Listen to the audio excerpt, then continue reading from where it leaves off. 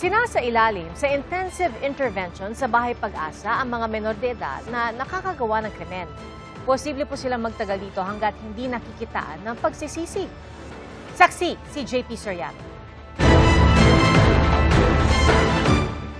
Kapwa menor de edad ang mga namaril sa isang high school sa Tacloban City, kaya pareho silang ilalagay sa Bahay Pag-asa Facility. Pero ang 15 taong gulang lang ang sasampahan ng reklamong kriminal.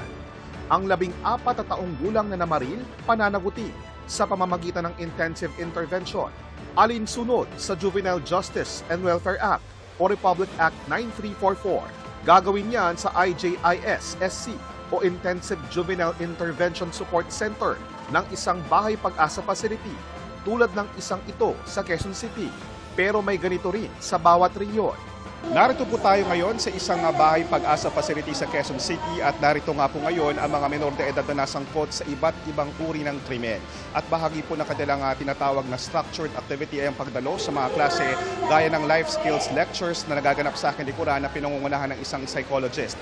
Dito rin po kailangan sabay-sabay ang kanilang pagising, pagtulog, pero din pong oras ng pagkain at isa po sa mga pinakamahalaga raw po na kailangan nilang gawin ay ang individual counseling sa mga batang narito. Kabilang sa inabutan ko rito ang K-12 classes ng ilang children in conflict in law o mga batang may nalabag na batas na pareho sa itinuturo sa ibang paaralan. Di bababa sa 1 taon ang itatagal ng mga inilalagay sa ganito at pwedeng magtagal pa hanggang hindi napapatunayan ng remorse o pagsisisi at pagkaunawa ng menor de edad na mali ang kanyang ginawa. Mga social worker ang paunang magrekomenda niyan, pero korte ang huling mag-aaproba. Kahit ilang taon ang abutin ay hindi palalabasin ng bata hanggang hindi ito nagbabago. Ang 15 taong gulang na namaril naman, sasalang sa assessment o pagsusuri kung meron ba siyang discernment o wastong pag-unawa sa krimeng kanyang nagawa. Kung meron kasi, lilitisin siya ng korte tulad ng ibang kriminal. So kailan masasabi na may discernment? Depende po dun sa magiging result. Kasi per tool, meron po siyang specific assessment and mayroon pong computation po dun sa result ng tools. Isusumiti ang resulta sa korte, pero ito pa rin ang magdedesisyon kung may discernment. Kung tingin ng korte ay wala, parehong intervention din lang ang pagdadaanan niya sa ibang menor de edad sa Bahay Pag-asa. Based on the law, ang treatment po natin sa kanya ay yung same as the treatment dose CICL below 15 years old but above 12 years old na nakapag-commit ng serious crime. Okay, so mawawala yung criminal liability?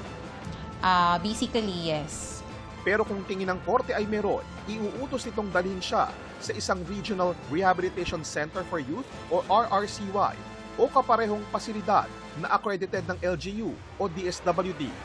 Doon siya mananatili habang nililitis sa korte, kasabay ng intervention plan susuriin kung nagkaroon ng pagbabago ang batang sospek.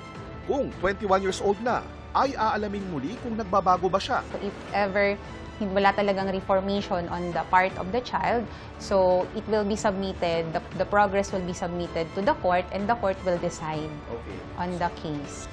Si Josh, hindi niya tunay na pangalan. Patunay na maaaring panagutin ang isang menor de edad para sa isang krimen.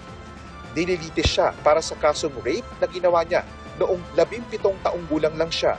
20 taong gulang na siya ngayon at may plano na kung sakaling irekomendang ibalik siya sa komunidad habang tuloy ang paglilitis. Inayagan siya ng Bahay Pag-asa na aming makausap. Plano ko po is papagpatuloy ko po yung pag-aaral ko. First year college na po, going to second year college na po. Si Justin naman, convicted na para sa kasong murder na ginawa niya noong 17 taong gulang lang din siya. Dito muna siya mananatili habang suspendido ang kanyang sentensya. Pag edad 21 na ay saka malalaman kung i-reintegrate siya o pagsisilbihin ang sentensya batay sa rekomendasyon ng mga social worker at pinal na desisyon ng korte.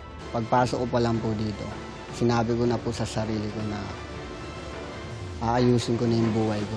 Pagbabayaran ko, pagninilayan ko, pagsisisihan ko po lahat ng mga pagkakamali kong ginawa. JP Soriano, ang inyong saksi.